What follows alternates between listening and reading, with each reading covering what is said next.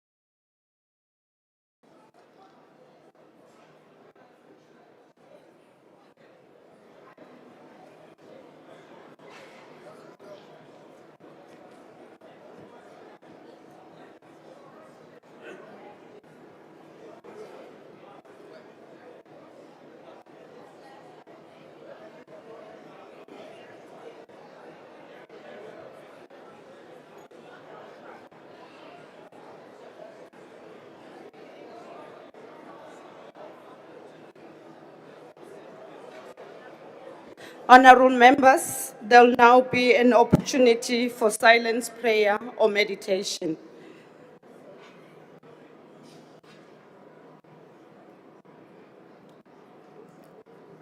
Thank you very much. You may take your seats.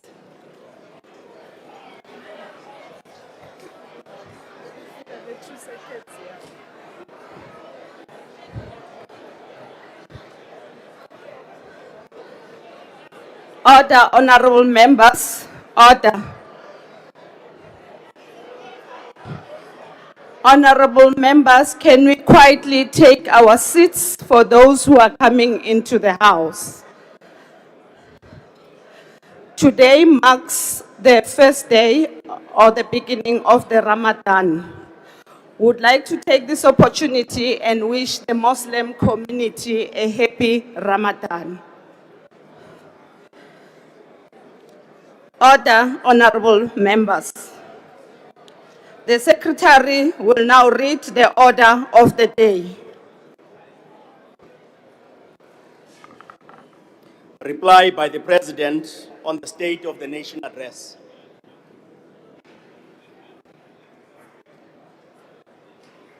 I now call the President to come and address the House.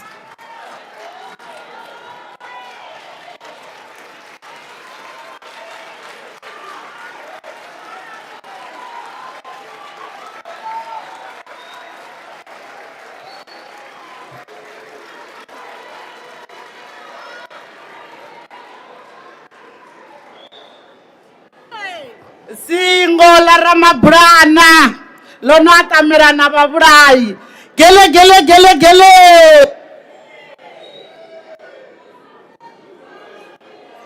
Madam Speaker, the Chairperson of the Council of Provinces, Deputy President Shipokosha Mashatile, Ministers and Deputy Ministers, Honorable Members, yesterday, former President Zuma was in the House, and I asked whether he's in the House today, but seems not. I wanted to extend my greetings to him.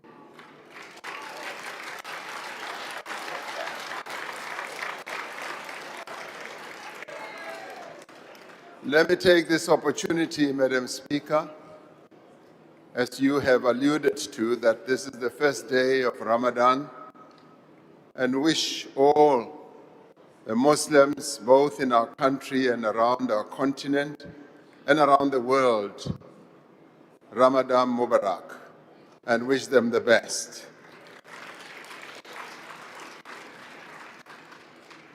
Madam Speaker, I'd like to thank you and the Chairperson of the Council of Provinces and the other presiding officers for overseeing and chairing this very important joint sitting of Cabinet so well and so excellently. Yes, we can applaud. We can applaud our presiding officers for the excellent work that they have done.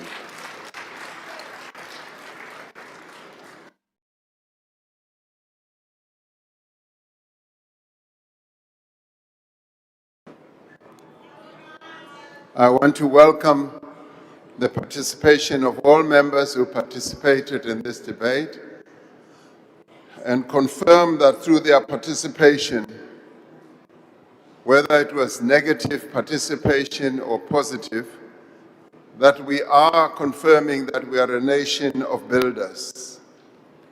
We are a nation that does not run away from the problems that our country faces. We confront them. We do not lament and complain. We find solutions.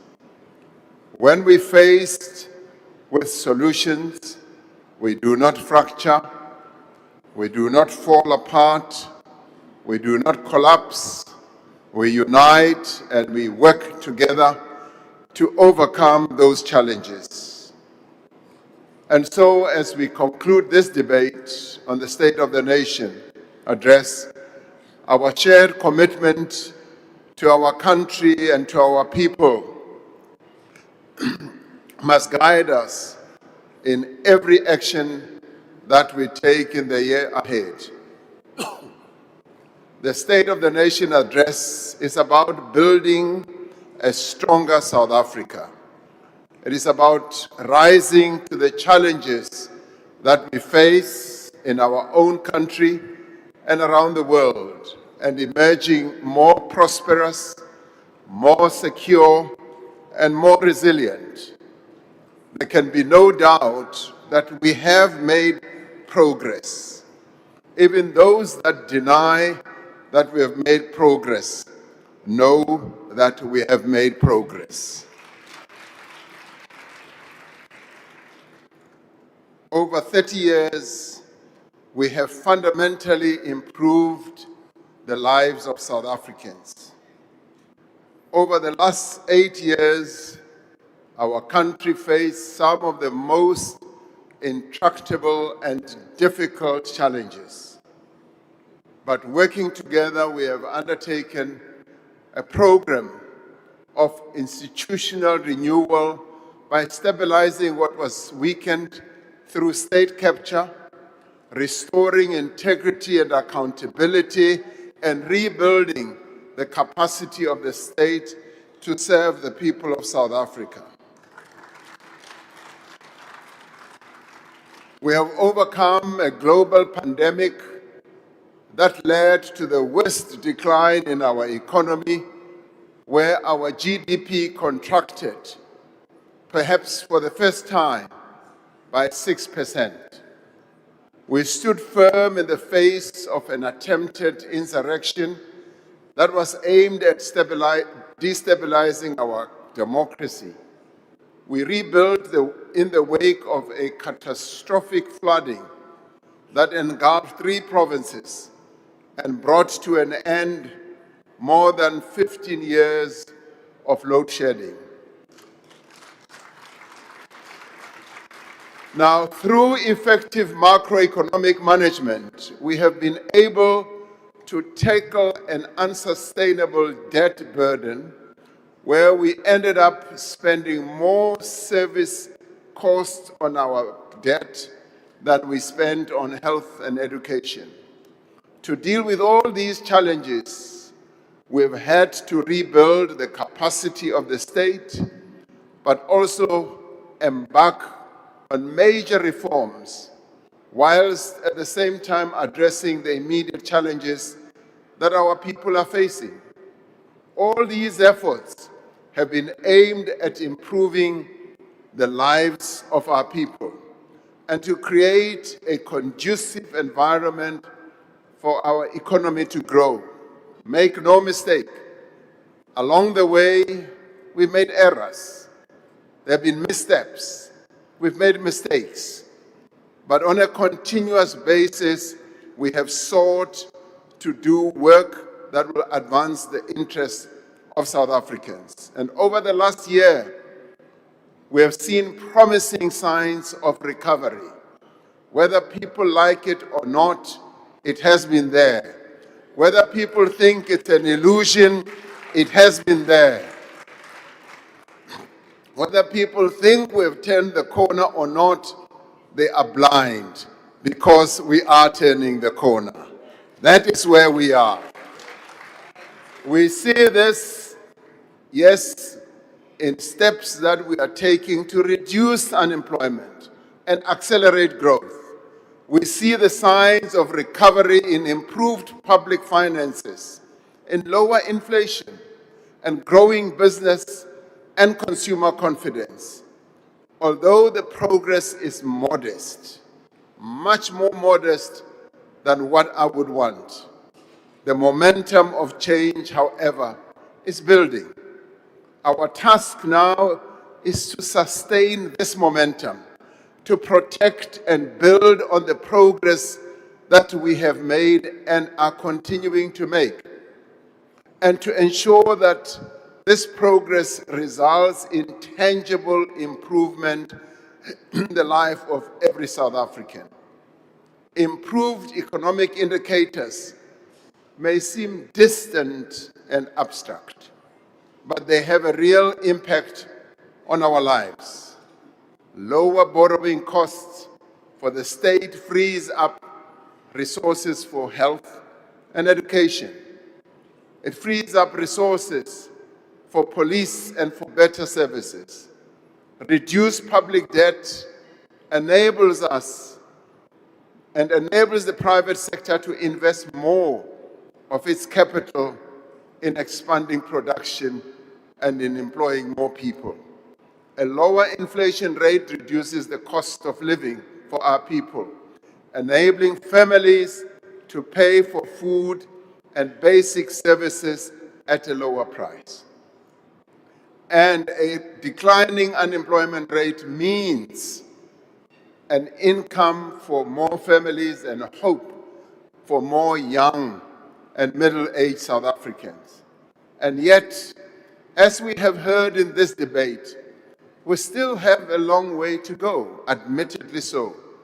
More than 10 million South Africans are estimated to live below the food poverty line. More than 11 million people are unemployed. We admit that. These are not simple statistics. These are individuals, these are families, and communities that are facing great hardships, that experience violence on a daily basis, that run short of food, that face water cuts, and that long for a better life.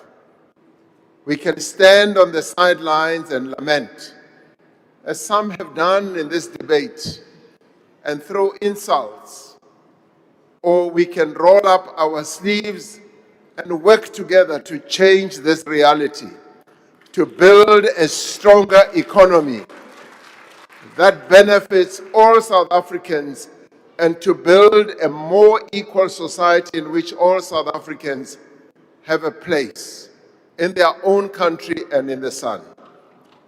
The State of the Nation address outlined the steps that we are taking as the government of national unity, working together with all social partners and all sections of society to achieve these objectives. We are determined to reach every person in this effort, and in that regard, we are determined to leave no one behind. Through the measures that we are taking, we are improving the lives of young people in our society. And through the Child Support Grant, for instance, which reaches easily 13 million children, we are protecting millions of children from the worst effects of poverty. Through the free primary health care for pregnant women and children under 6, we are improving the health of children. This program, inaugurated by our first democratically elected President Nelson Mandela, continues and persists and shall not be ended because it is of benefit to our people. We are directing more resources to early childhood development. We have increased the subsidy for early childhood development and made grade R compulsory for all children, establishing a solid base for their entry into the education system. And we are focusing on strengthening literacy and numeracy in foundation phase. We have admitted that this is a process or a program we should have started right at the dawn of democracy. We are late and we have lost a lot of time. But as they say in the classics, better late than never. We are doing it now.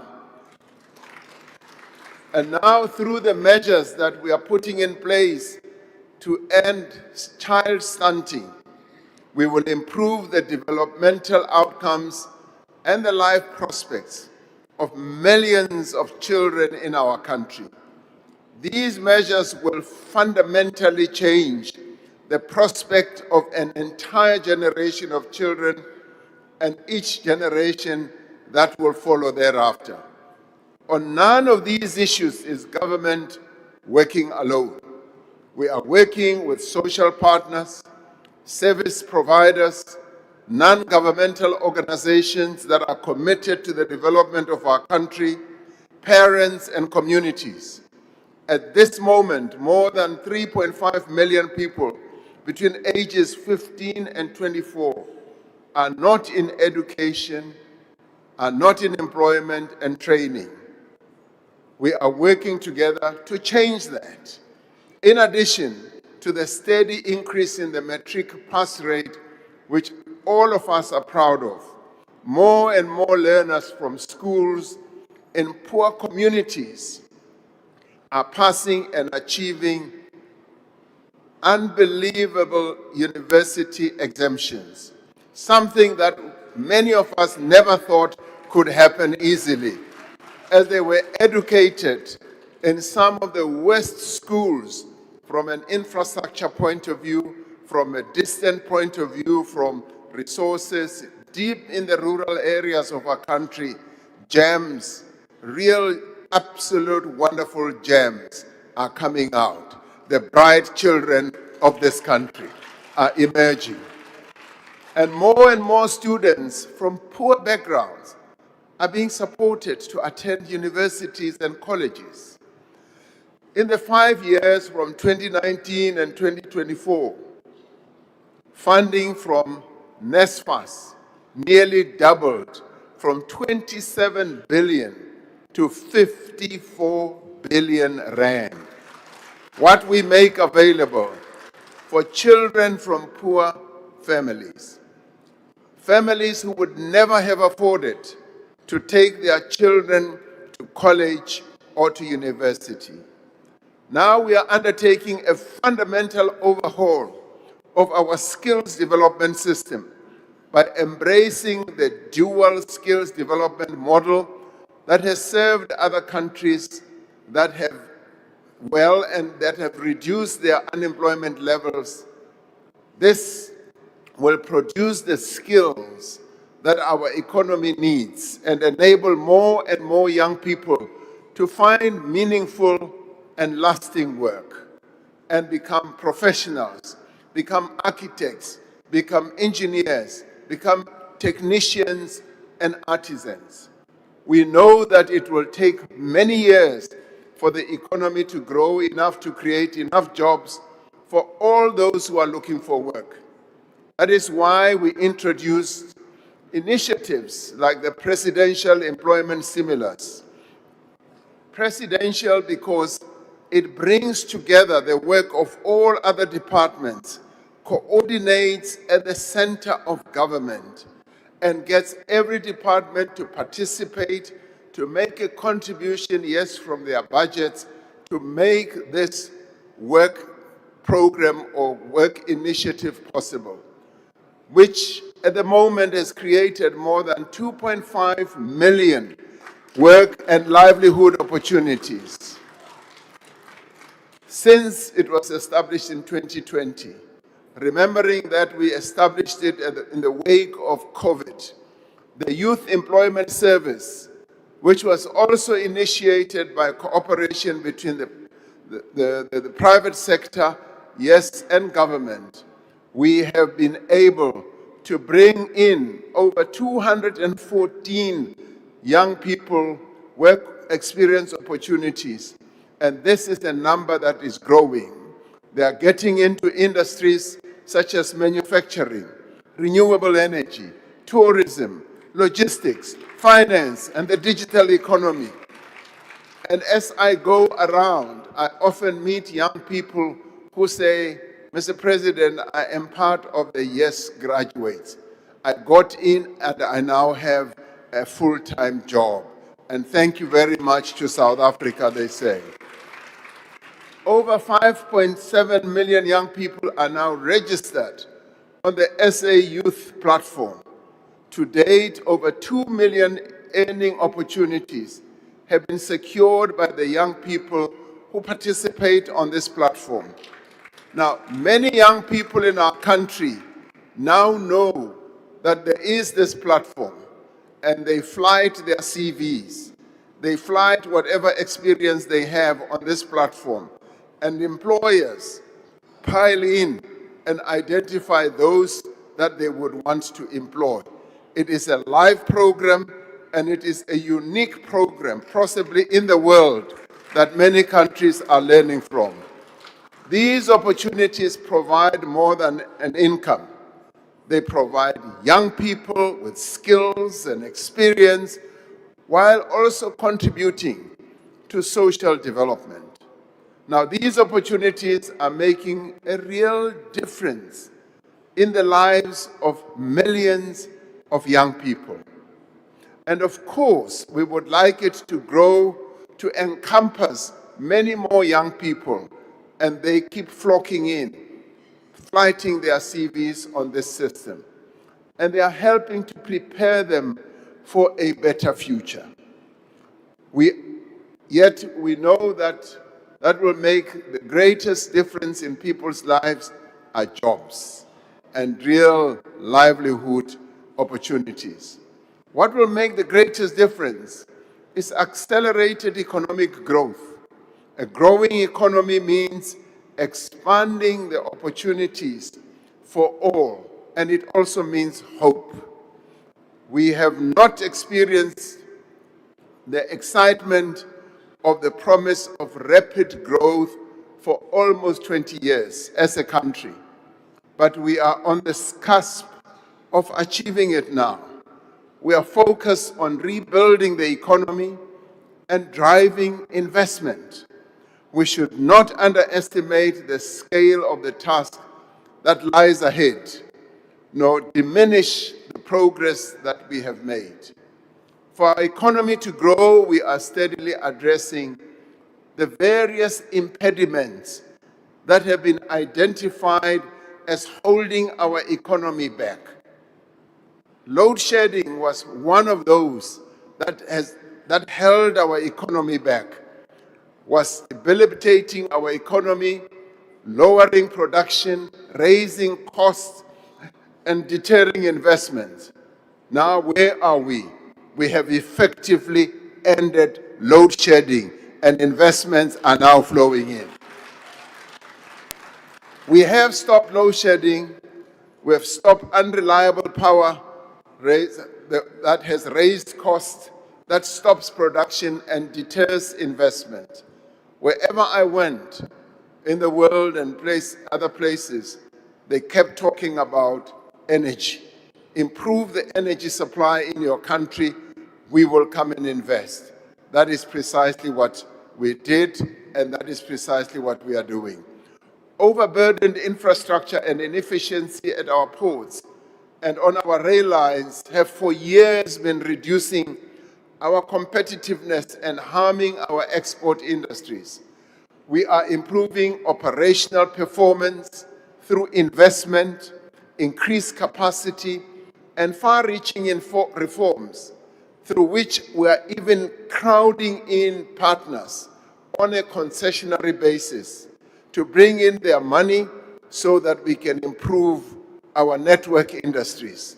We are addressing the skills mismatch between what young people have and what our economy needs through an overhaul of the education and training system. To respond to low levels of investment and policy uncertainty, we are strengthening policy formulation and reducing regulatory burdens. Ministers during their budget votes will outline precisely some of the active steps that we are taking to reduce regulatory burdens that many of our business people raise with us. We have had to tackle poor governance, diminish state capacity, and yes, we are tackling corruption by focusing on the professionalization of the public service and improved efficiency, and the modernization of our procurement system is something that is now going to happen. We know that crime and insecurity remain significant impediments to growth, which is why we are intensifying the fight against organized crime, gang violence, gun crime, and gender-based violence.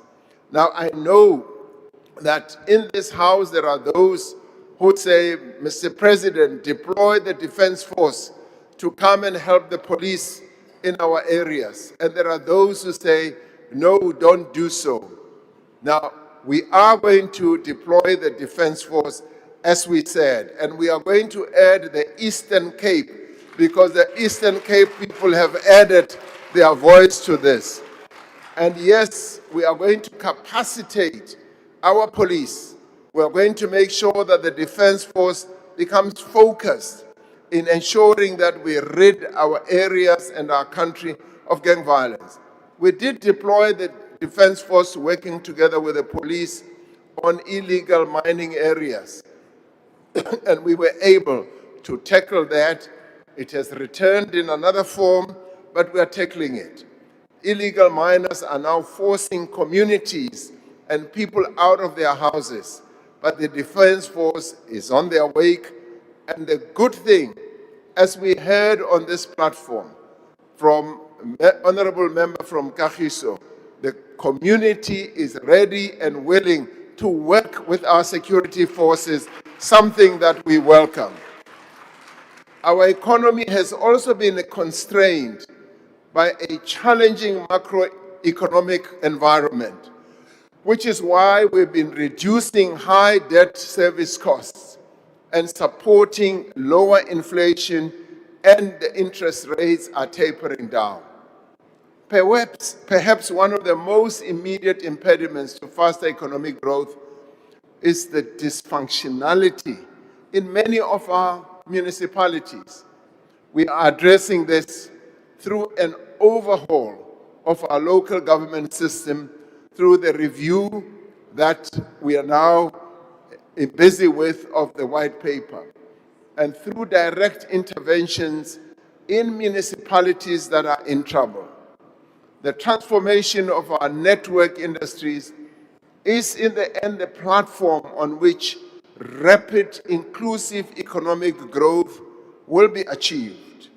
Already, South Africans are feeling the benefits of some of the changes, from improved supply of electricity to the return to service of commuter rail lines to the reduction in the cost of data as well. In 2022, we had 205 days of load shedding. In 2023, we had 330 days.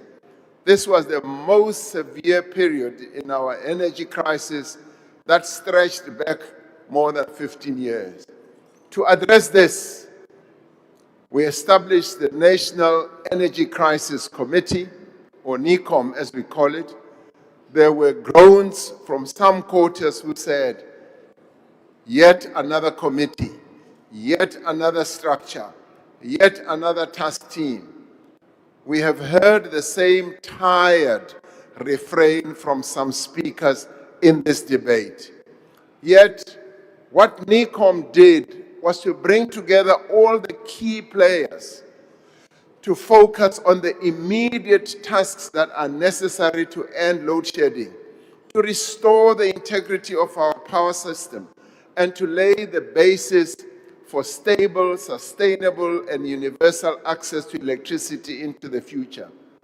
It succeeded because it was able to draw on the skills, the capabilities, the resources, and the efforts of a broad range of departments and public institutions, as well as the best experts in South Africa and around the world, and to build a platform for collaboration with social partners. It was never about meetings and talk shops. It was about taking a hands-on approach to solving the problem, making sure that things do actually get done and that they get done quickly. That's what it was about. The experience of NECOM shows that complex problems need collaborative solutions. Now, through its generation recovery plan, Eskom has increased its average energy available factor from 56% in April 2023 to around 65 and edging towards 70% at the moment. There is currently a pipeline of more than 220 gigawatts of renewable energy projects at various stages of development. Now you can ask Minister Cyril Ramaphosa how we measure those gigawatts, and he explains it so well in neutrons and electrons and all that. So spend time with him because he will explain all that to you if it is Latin to you. Now, the Minister of Electricity and Energy is leading the process of building more than 14,000 kilometers of new transmission lines and an innovative new model, of funding the costs that is inherent in this, and also ensuring that we have a transmission line that is going to sustain all these neutrons that are going to be uplifted onto our grid. For an economy that has long been held back by energy constraints, these developments are potentially transformative. For homes that have suffered years of electricity supply interruptions, the end of load shedding is a relief. I saw what a relief it was one day when I was at Hout Bay on the quay, on the harbor, and a young man of 5 years came to me and said, "Mr. President, please give us electricity. I want to play on my PlayStation." And then I knew what all this meant, because that is what we needed to do. Now, this is good for business. It is good for the removal of obstacle to growth. Now, the next phase of our energy transformation is the establishment, yes, and the restructuring of the state-owned enterprise, which is Eskom. The establishment of Eskom to generate electricity with others, for the transmission entity, and for distribution. Now, this is a complex process, and one of the most important reforms our country will ever face. It requires detailed technical work and a strong coordination across different entities. This is why I have said that this work will be done through NECOM, in which participates the Minister of Electricity and Energy, the Minister of Finance, the Presidency, and all the officials, as well as those who have been giving us support and assistance. And as I said, the work they have to do is going to have to deal with the assets of Eskom and how we are going to deal with the transmission entity and all that. I have no doubt whatsoever that all this work will culminate in a solution which will be put before me so that Cabinet can then take a decision going forward. Now, the value of establishing these types of structures is to enhance intergovernmental cooperation, as well as breaking down the silos that have often given rise in government. Drawing on our experience in energy and what we have established as the National Logistics Crisis Committee, we believe that we will be able to make great progress. And thanks to the work of the NLCC, as we call it, we have seen a real turnaround in the performance of our freight lines and ports. The volume of goods transported by rail is increasing year on year, and the efficiency of our port terminals has improved. Collaboration between Transnet and the private sector has, for example, seen a 50% reduction in security incidents where people were stealing copper cables on our coal line to Richards Bay. The total length of cables stolen has been reduced from 180 kilometers of stolen cable in 2024 to just 58 or 59 kilometers. And we want to see that reduced even more and that criminality to come to an end.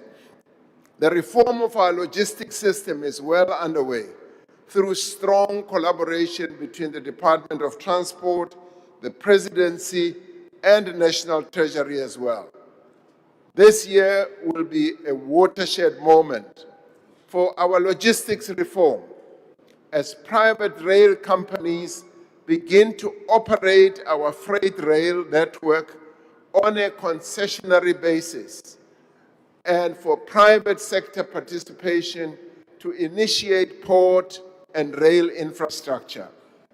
In undertaking these far-reaching changes, we are essentially strengthening the state and we are rebuilding our state-owned enterprises. We are mobilizing investment on a massive scale from a range of public and private sources into electricity generation and transmission, into our ports and rail, and into our water infrastructure. We are mobilizing new skills, new capabilities, and new technologies. But let me be clear, we are retaining the public ownership for those who believe that we are privatizing. All we are doing is to bring in strategic partners, which we have done in the past. Private train operators will carry freight on rail lines that are owned by the state. Private electricity producer will provide electricity to consumers across a transmission grid that is owned by the state. Through these changes, we are strengthening the financial position and the operational performance of entities like Eskom, Transnet, and PRASA. We are making them more competitive and more efficient. We will now apply the successful method that we have used in energy and logistics to other urgent challenges that confront our country today.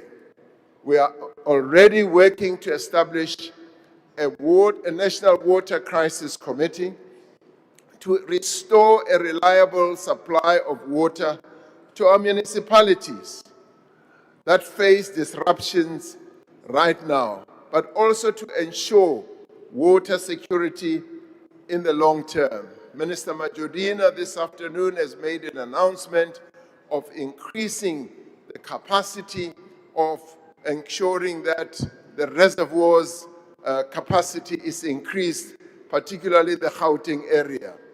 Like electricity and logistics, the crisis in water has many causes stretching back many years. Like electricity and logistics, we have already embarked on a far-reaching reform process that will fundamentally change the way that the water sector in our country functions and serves the people of our country. Now, this, in the end, will enable investment in water infrastructure to meet the growing demand and build our resilience to climate change alongside institutional reforms to enable greater investment and stronger regulation of water service delivery. It will also require mobilizing resources and expertise to support municipalities that are in crisis and make interventions more quickly and more effectively where they consistently fail to meet set norms and standards. Now, the National Water Crisis Committee is building on the work that we have already done by the Water Task Team chaired by the Deputy President, by Operation Vulindlela, by the Department of Water and Sanitation, and by various respective municipalities to drive local production and create more jobs in sectors with great potential. We are finalizing our national industrial policy, focusing on decarbonization, diversification, and digitization. This will contribute to building an economy that is equipped for the future, drawing on the vast capabilities and the abundant resources that we have, both natural resources and human capital resources. As we build an economy for the future, a number of industries in our country are currently in distress. The presidency, together with the Department of Trade and Industry and Competition, and the Department of Electricity and Energy, as many of these are distressed because of energy affordability. We're working with individual companies and sectors to develop short-term plans to stave off closure and save local jobs. Among the sectors that are involved are cement, the auto sector, the steel sector, the pharmaceuticals, as well as the various smelters that we have in our country, whether it's manganese or chrome. In addition, there are sectors such as oil and gas that require coordination across government departments and planning together with business and labor. In all these efforts, we have to show determination and urgency. It is not only in the area of economic growth and transformation where collaboration, partnership, and focus needs to play a key role. We are also establishing a dedicated initiative to oversee the reform of the criminal justice system, leaning on the successful model of Operation Vulindlela. This initiative will be led by the best experts that our country has to offer. It will work closely with the South African Police Service, the National Prosecuting Authority, the Special Investigating Unit, and other law enforcement agencies to drive a comprehensive reform program.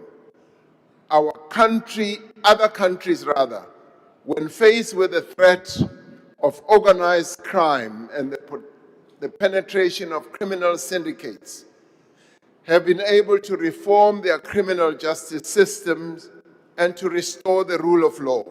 That is precisely that we are also going to focus on. We have the resources and ability to do so. We will not allow criminals and criminal syndicates and gangs to prevail.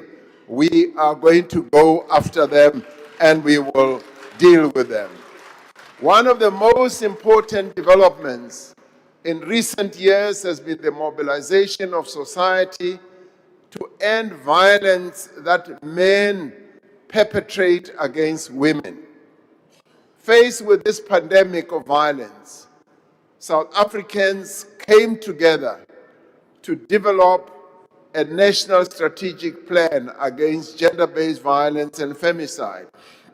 And since the adoption of the plan, government departments, agencies, NGOs, business organizations, sporting bodies, educational institutions, and others have been working together to implement the 6 pillars of this plan. Now, in working on this, the implementation of this plan, they understood that gender-based violence and femicide cannot be stopped by government alone. It must be stopped by society. But it must also be stopped by this parliament. Since the law was passed And since you crafted the law that you should appoint the council members, I have been waiting on you to finalize the appointment of the council. And the women of our country have been impatient, waiting for this parliament to finalize the appointment of the council. Over the past 5 years, South Africa has made progress in critical areas of gender-based violence. We have strengthened the laws, expanded survivor-centered services through the Tutuzela care centers. Although I must say that we still have too few Tutuzela centers, I want us to have more Tutuzela centers so that the women of our country can have refuge. We have rolled out victim-friendly rooms at police stations and invested in women's economic empowerment as a critical pillar of prevention. And for the first time, we have a national prevalence study that gives us clear evidence of the scale and drivers of gender-based violence. These gains matter, and they show what is possible when the state and civil society act together. And yes, we are going to move towards having social workers in the police stations, because that is going to be one of the game changers. The classification of gender-based violence and femicide as a national disaster enables all spheres of government to act with greater speed, reduces the fragmentation of effort, and establishes a clear command, coordination, and accountability framework. It gives both government and broader society far greater capacity and impetus to implement the measures that I outlined in the State of the Nation address. Now, these measures include the mobilization of all sectors of society to challenge harmful attitudes and practices. We are continuing the extensive work already underway to promote women's economic empowerment, strengthening our law enforcement and scale-up survivor center support. The premiers who spoke during the debate highlighted the progress that is being made across the country in strengthening local economies, improving service delivery, and investing in the future. I was very pleased to hear the articulation by our premiers of the work that they are doing, showing that South Africa is a unitary state and provinces are taking the lead in a number of areas, in infrastructure investment, from the resuscitation of the Pilanesberg Airport in Northwest to the rehabilitation of roads and bridges in KwaZulu-Natal. Then there is the innovative partnership between Limpopo provincial government and mining companies to mobilize funding for the construction and maintenance of local roads. Provinces like the Free State are investing in education, refurbishing and maintaining ECD centers, building new schools and hostels, ensuring that all learners from poor communities attend no-fee schools and are part of the school nutrition program.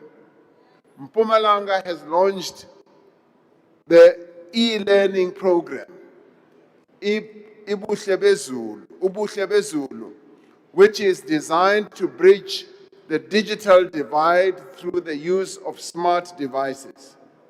We welcome the initiative by KwaZulu-Natal to forge provincial skills compacts with the private sector in logistics, in energy, in construction, and the digital economy. We also heard about how Mpumalanga is investing in health, appointing doctors to community health centers and building new clinics and hospitals, including the Middelburg Regional Hospital and the Mapulaneng Hospital.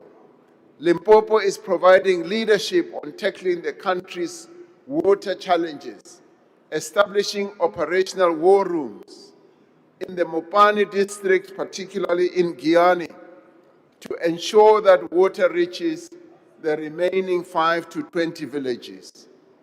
The Premier of the Northern Cape outlined the work that they are doing and have done in the province to drive investment in mining, in renewable energy, in infrastructure, and in education and health.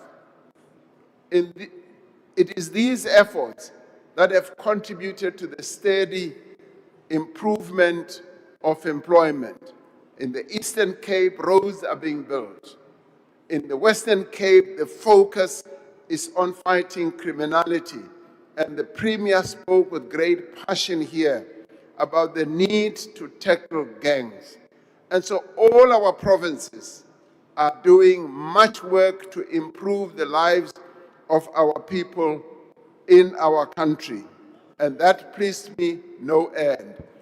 Gauteng has introduced the Rapid Land Release Program to enable investment and expand access to affordable housing. And the Western Cape is also contributing to job creation by expanding tourism, increasing air access, and promoting foreign direct investment in key sectors.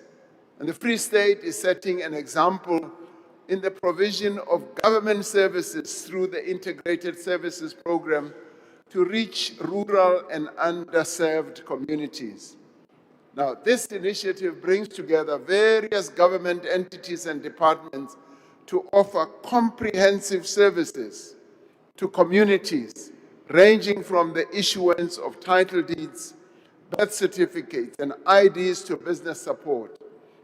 Now, the Premier of the Free State spoke about how the loss of the province's #1 status in matric results has spurred the province to do better and to regain its position.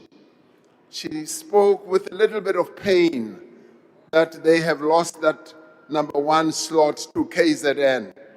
But we welcome that determination, as provinces should be learning from each other. She promised that they will be back to the #1 slot once again, and we wish her well. Now, we want our provinces to make sure that we work together as a unitary state.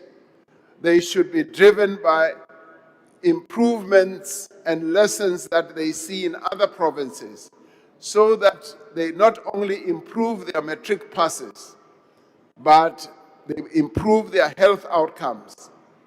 They improve their service delivery by learning from each other. They should learn what other provinces are doing to reduce crime.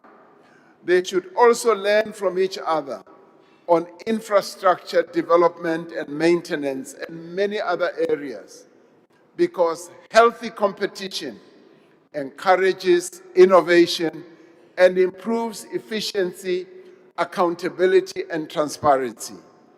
I say this because they should never be afraid to see how others are doing so that they can also learn and improve. So in the end, you can correctly say KZN learned what Free State has been doing for years, and they improved their education outcomes. And similarly, other provinces should do the same. I know for a fact that the Northern Cape has been learning from the Free State. That is why they've had such great improvement. We have seen the value of government working together as they do so through the district development model. The DDM seeks to eliminate silos between government departments and the three spheres of government. A number of ministers and deputy ministers and premiers who spoke here spoke about the efficacy of being able to work together, and more particularly about the district development model, because this system further aims to strengthen integrated planning and coordination, improving service delivery, eliminating fragmentation, and ensuring inclusive and people-centered development in our country. This system brings together national, provincial, and local government and stakeholders like organized business, labor and community organizations, and in particular, a district to collectively address challenges. Where the DDM has been integrated into government operations and structures, it has begun to make meaningful and measurable progress. For example, the work done by the Presidential eThekwini Working Group in line with the district development model approach has contributed to significant improvements in the city. Once again, eThekwini or Durban has become the tourist mecca of South Africa once again. And it has attracted investors to come back not only to build hotels or to refurbish the very famous hotels along the beach front. It has attracted many other businesses. By bringing national, provincial, and local government together with business, labor, civil society, and residents, we have seen the improvements in delivery of service like water and sanitation, and the recovery of key industries, increased business sentiment, and improved efficiency of the Durban port. In the State of the Nation, I said our Constitution calls on us to redress the injustices of the past, to build a society that is equal and just. We cannot do that remembering that the marquee objective of our Constitution, which is embedded in the opening lines of our Constitution, talks about redressing the injustices of the past. We cannot do that without transforming the various aspects of South African life, but more particularly the economy. It cannot be acceptable to anyone in this house for African people, colored people, and Indian people to be poorer and have fewer opportunities than white people. It cannot be acceptable. And remembering that that was the order of the day in the past, and it can therefore never, never, never, never be acceptable that that should continue. Because that is what defined our life under apartheid, where it was legislated, where it was practice and protocol, convention and experience that Africans, Indians and coloreds should forever be denied by law to participate in the economy of the country. It cannot be acceptable that anyone in this house would want women to earn less than men and to own less than men and to run fewer businesses than men. It is something that we simply must never accept. And yet there are people in this house, in this very house, in the debate, who tell us to get rid of the very measures that have been put in place to correct the gross injustice of the past. It cannot be. We cannot accept that. They say we must rid our country of broad-based black economic empowerment, falsely claiming. Order, honorable members, can we please allow the President to address the House? Order, honorable members. Honorable members, can you please allow the President to address the House? The President take a question. He's been sitting there attentively listening to your inputs. Now he's responding to you. You are disturbing him. Please allow him an opportunity to address us. You may proceed, Honorable President. He must call them out by name. Now, I can see that this is leading to a lot of excitement. Can I finish, please? Can I finish? Now, you know, this issue touches a very raw nerve in me because it is one of the principal issues that we sought to get rid of from this country, the inequality and the exclusion of black people from participating in the economy of the country. Now, so you know, Minister Mantashe and I interface with this issue so directly in the mining industry, where by law, workers were divided, that white workers who did exactly the same work as what black workers did would be advantaged and be given a certificate, what we call a blasting certificate. And black workers were refused, were denied to get a blasting certificate by law. And the white workers get 10 times, if not more, money than black workers. And that was simply the disempowerment of black workers.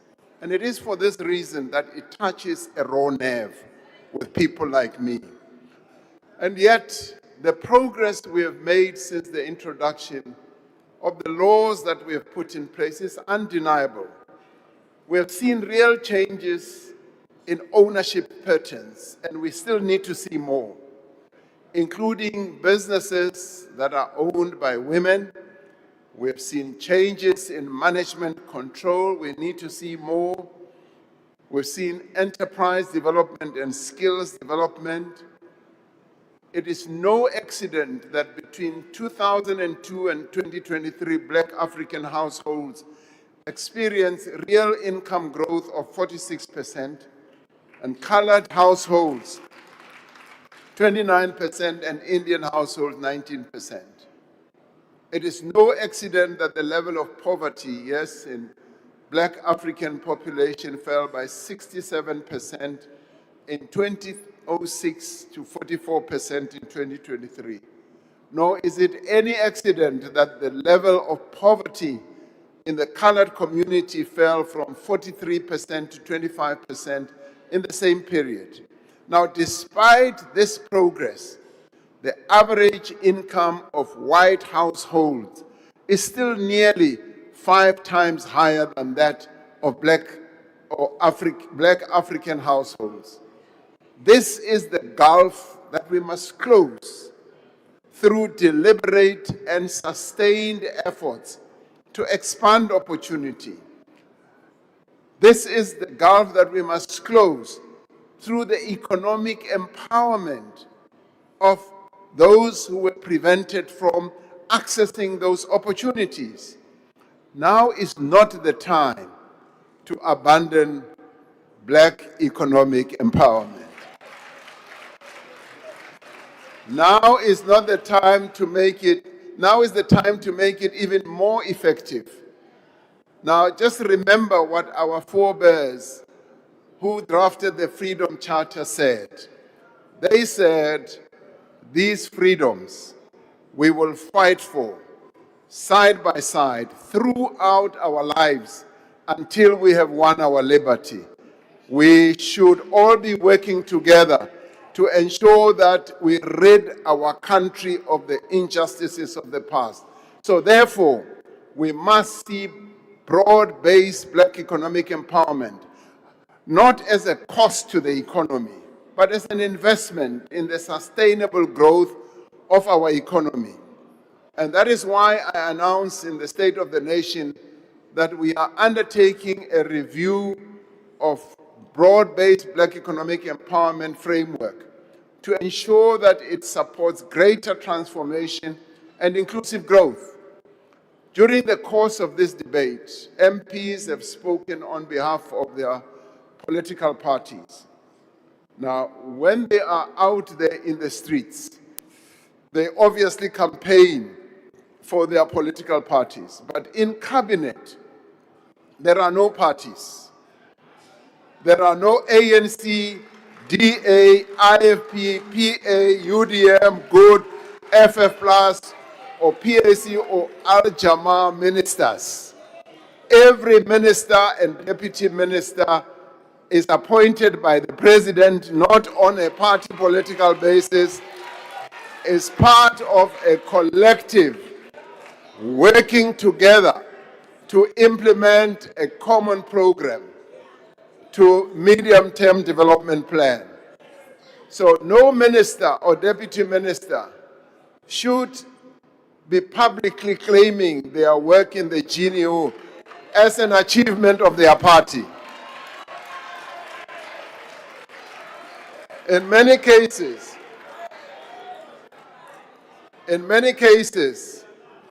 the basis for their achievements were laid before they even came into office. And in many cases, the work that we realize that will also realize the objectives will be the work that we do together. Our successes and our achievements are the achievements of a collective. By the same measure, we are collectively responsible for our mistakes and our shortcomings.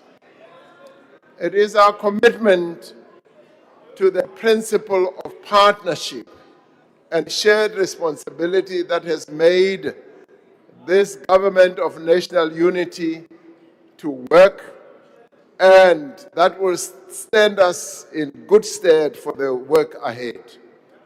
We are undertaking the various tasks that we've been given by our people in a global environment that is uncertain, unstable, and that is rapidly changing.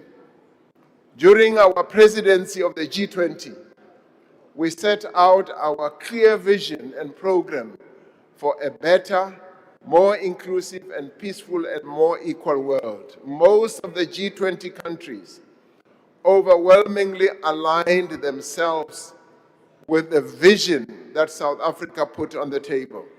It is a vision that is shared by most members of the United Nations, BRICS nations, and the non-aligned movement. We will continue to work with like-minded countries and on all available international platforms to advance that vision and to implement that program. The African continent remains the center of our foreign policy.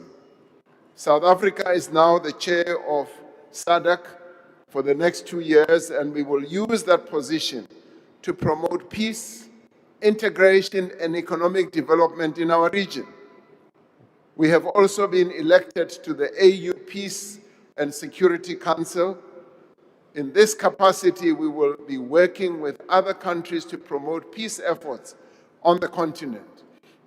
At the AU Summit in Addis Ababa this past weekend, we chaired the ad hoc high-level committee on South Sudan, known as the C5, which is working to stabilize the situation in South Sudan, ensuring that elections take place and that a sustainable resolution to the conflict in that country is achieved. Now, the Deputy President, Paul Mashatile, has been my envoy in making sure that South Africa continues to be involved and to lead the process of stabilizing that country. We do this because a better Africa and a better world are in our national interest. At the same time, we are having to adapt very quickly to changing circumstances. We cannot rely on the goodwill and fine sentiments of those who pronounce them on world platform. That is why we're being more assertive in our trade policy, seeking out new markets and reaching trade agreements that supports our growth and job creation efforts. We are intensifying our efforts to mobilize investments into our country and find investment opportunities for our businesses abroad. This relies on a stronger, more capable state. Our foreign missions must be focused on driving trade and investment. The Deputy President and myself and ministers will continue to scour various countries in the world, opening markets and reaching agreements. We are working to ensure that our departments, from DTIC to agriculture, to mineral resources, to tourism, are aligned around a common trade strategy. Amid the global turmoil, we have set a clear path to advance the interests of our country and its people, and we must now pursue that path with even greater focus and vigor.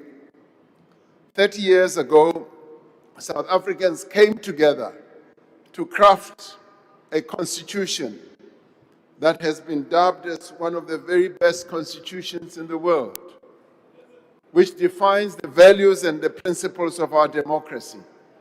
It places on it and on us a responsibility to correct the injustices of the past and to ensure that all people would progressively be able to exercise their right to housing, healthcare, food, water, social security, and education.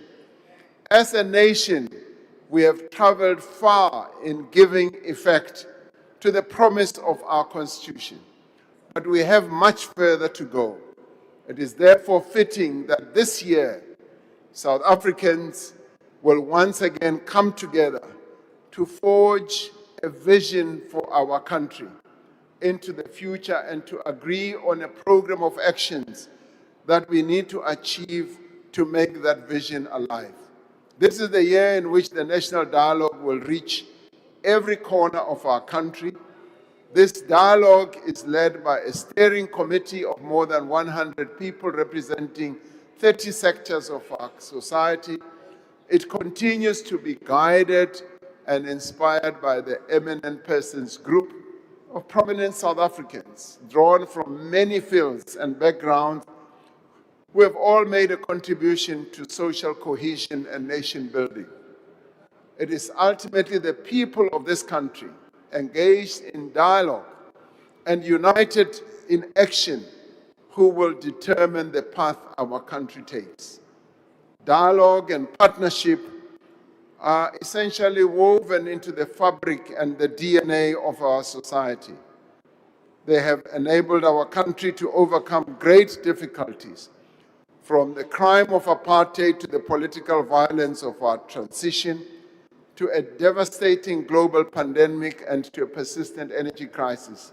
It is the spirit that infuses the work of the Government of National Unity, that informs our approach to collaboration and coordination, that encourages us to draw on the resources and capabilities from across society and to solve difficult and almost at times intractable problems. It is dialogue and partnership that will take our country forward. It is the people of South Africa working together who will sustain the momentum of our recovery and who will accelerate progress to an inclusive economy and a transformed society. As I conclude, I want to extend my gratitude to the Deputy President, Paul Mashatile, for his support and leadership that he continues to provide to me and to government for all the work that we do together. And I want to thank ministers and deputy ministers for diligently implementing the actions that are contained in the medium-term development plan. Now, the Deputy President and I are currently spending considerable amount of time evaluating ministers and deputy ministers as well as their directors general. This is part of an effort to promote accountability, to engender a culture of performance and ensure action. I am grateful. I'm grateful to the leaders of the political parties in the government of national unity, who I meet regularly to discuss matters of national interest. And their contributions have been very useful in managing the challenges our country faces. And I thank all of you honorable members who have participated in this debate and who are present here.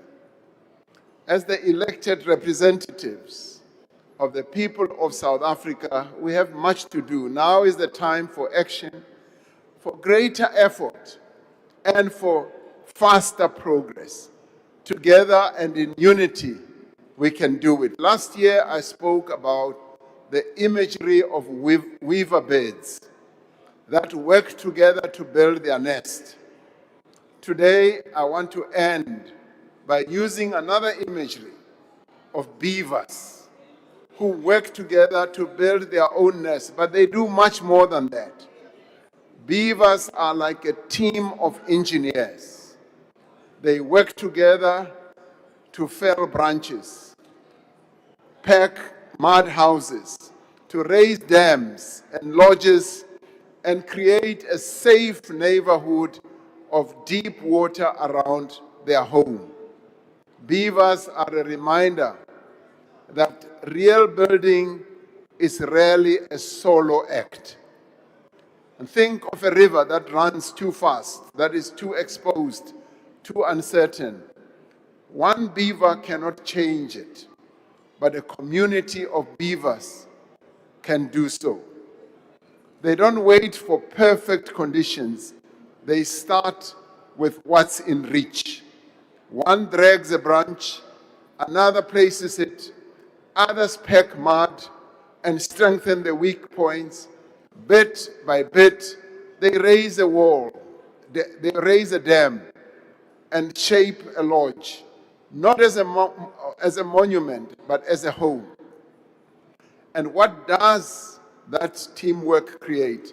Not just a structure, but a safer environment, calmer water, protection from danger, space for life to grow. Their work turns risk into refuge.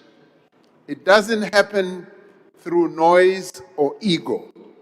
It happens through coordination, consistency, a shared purpose, and cooperation. That's what working together looks like, and that's how it should be. We don't all have the same role, but every role matters. Some people plan, some people lift, some people reinforce, some people spot the leaks early and fix them before they become disasters. When we build like that, patiently, practically, together, we don't just complete a project. We complete and create a neighborhood.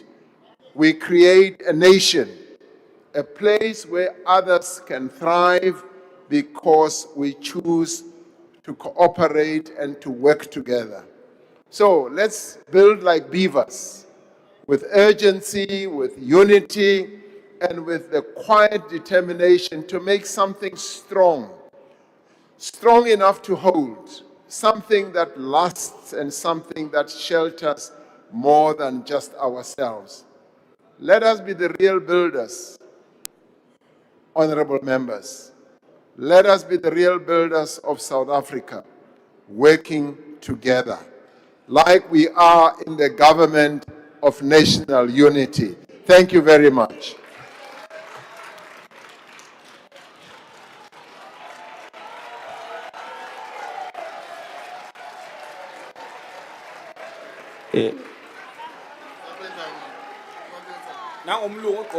Order, honorable members. On behalf of myself and the National Council of Provinces, We would like to thank the President for responding to the debate, but also thank honorable members for your participation during the 2 days and even today. I just want to remind members once again that let us remember our rules, our joint rules, particularly if the two houses are in session, but also when individually our houses are sitting, let's remember the rules that we had agreed to. Again, I would ask once more that when a member has not been recognized, please don't open the mic and speak on it, because it does disturb those who are making their inputs on the podium. While interjection is allowed, let's also try and respect one another so that people can be heard. Today you have just been so wonderful, and I really like to thank all of you for having been the best members in this session. Now, we're coming to the end of our business. The joint sitting is adjourned. Some beavers still. We are happy ANC and MK got a room last night. The beavers must stop stealing.